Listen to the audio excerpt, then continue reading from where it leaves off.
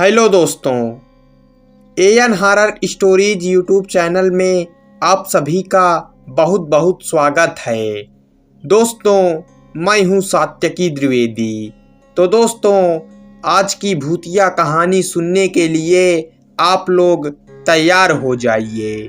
तो बढ़ते हैं आज की भूतिया कहानी की ओर।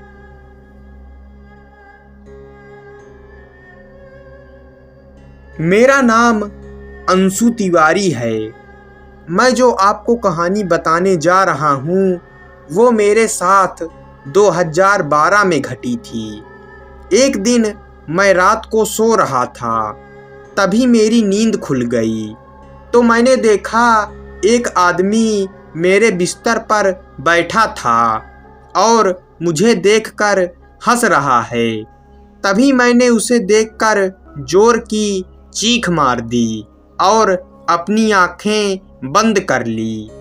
मेरी चीख सुनकर मेरे घर वाले मेरे पास आ गए।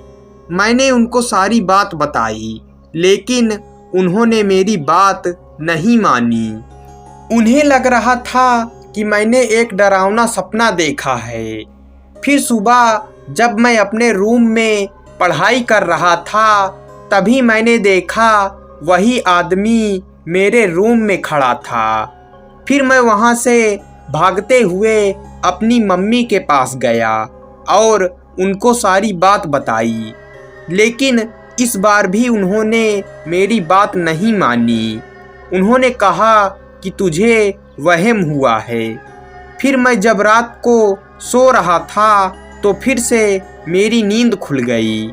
मैंने फिर से देखा वो आदमी मेरे बिस्तर पर बैठा था। फिर मैंने अपनी आंखें बंद कर ली और हनुमान चालीसा पढ़ने लगा। हनुमान चालीसा पढ़ने के बाद मैंने आंख खोली तो वो आदमी वहाँ पर नहीं था। फिर मैं सो गया।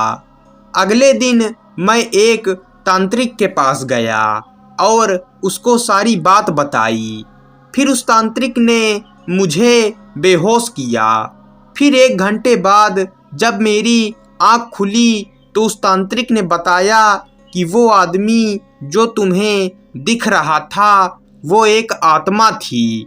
तुमने उसके कब्र के ऊपर बाथरूम कर दी थी, इसलिए वो तुम्हें परेशान कर रहा था। फिर मुझे याद आया कि कुछ दिन पहले मैं रात को जब बाहर से घर आ रहा था, तभी मैंने एक सुनसान जगह पे बाथरूम कर दी थी। मैं ये नहीं जानता था कि वो किसी आदमी की कब्र है। फिर उस तांत्रिक ने मुझ पर झाड़ फूंक की और कहा कि अब कभी भी वो आत्मा तुम्हें नहीं दिखाई देगी।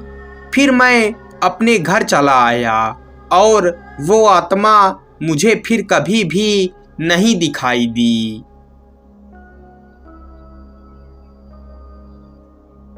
तो दोस्तों, ये कहानी यहीं पर खत्म होती है। कहानी पसंद आई हो तो वीडियो को लाइक, चैनल को सब्सक्राइब कर दीजिएगा। मिलते हैं अगली भूतिया कहानी में।